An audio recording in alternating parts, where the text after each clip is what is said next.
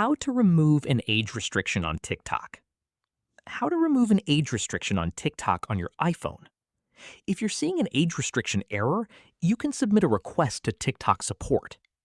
First, open Safari and search for Report Feedback. Open the official Report a Problem page. Tap the Topic dropdown and select Report a Bug Feature Request. Then, under Category, choose Feature Suggestions. Enter your email address and TikTok username.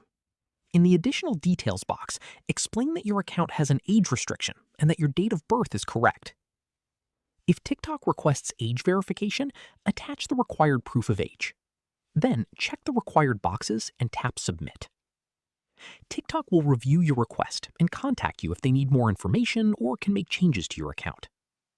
That's how to request help with an age restriction on TikTok using your iPhone. If this video helped you, don't forget to like, share, and subscribe for more useful TikTok tutorials.